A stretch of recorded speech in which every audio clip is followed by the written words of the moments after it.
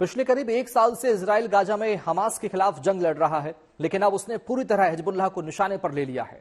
पहले पेजर और walkie talkie blast हुए, जिसमें हिजबुल्लाह के कई लड़ाके मारे गए। उसके बाद इजराइल ने सीधे एयर स्ट्राइक शुरू कर दी। लेकिन सवाल है कि इजराइल ने ऐसा क्यों किया। इजराइल ने दावा किया है कि हिजबुल्लाह हमास की तरह की इजराइल के बॉर्डर वाले इलाके में घुसकर कत्लेआम की प्लानिंग कर रहा था। इस प्लान का पता चलते ही इजराइल ने हिजबुल्लाह के कमांडर्स और उसके हथियारों को खत्म करने का फैसला किया और हमले शुरू हो गए। देखिए ये रिपोर्ट।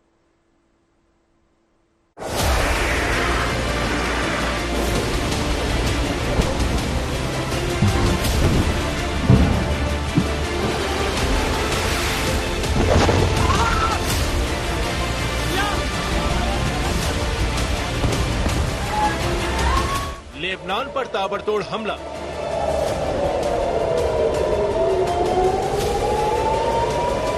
हिजबुल्लाह के ठिकाने तबाह।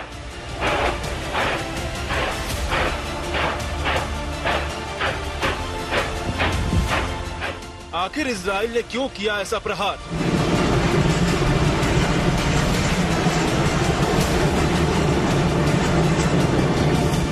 क्या इजराइल को थी खुद पर हमले की खबर?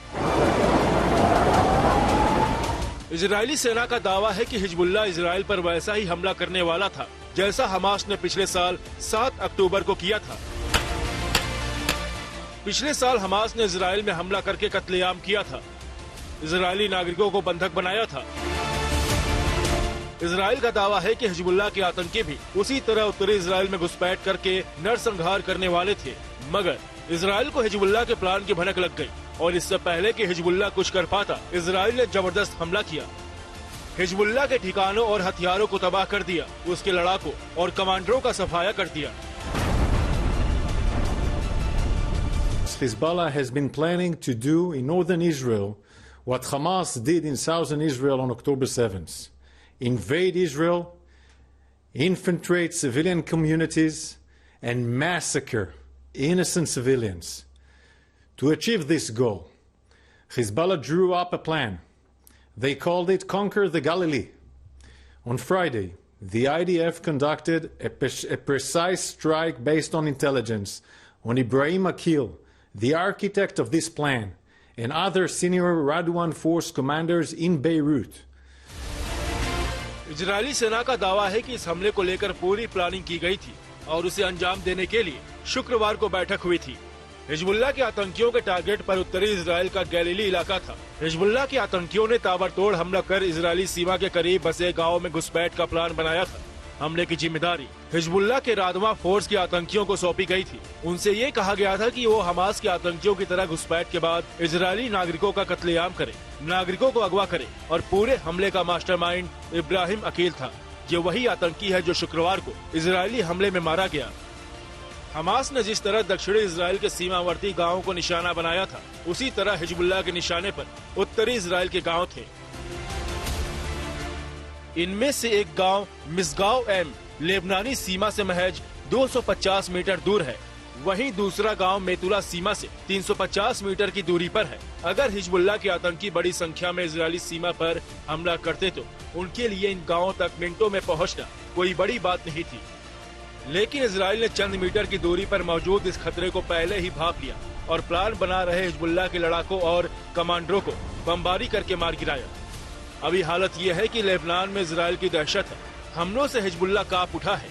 इजराइल का खौफ इस कदर है कि हिजबुल्लाह चीफ नसरल्लाह अंडरग्राउंड है, अपने लोगों को संबोधित भी कर रहा है। तो रिकॉर्डेड संदेश से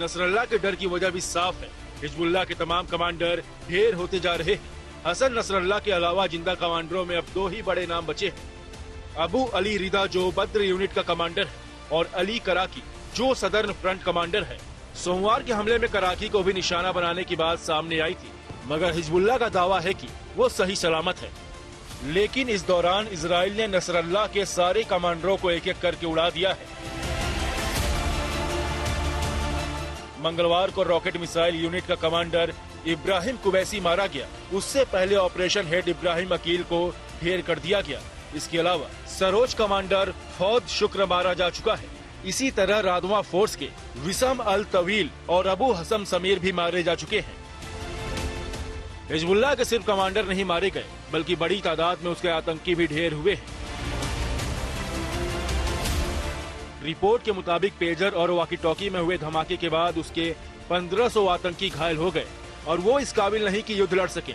उनमें से कुछ की आंखों की रोशनी जा चुकी है तो कुछ के हाथ उड़ गए हैं।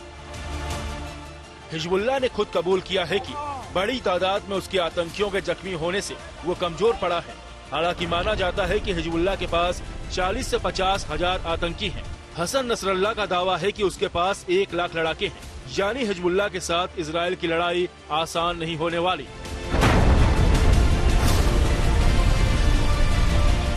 जानकार भी मानते हैं कि हमास के उलट हिजबुल्लाह इजराइल को कड़ी टक्कर दे सकता है। Bureau report, good news today.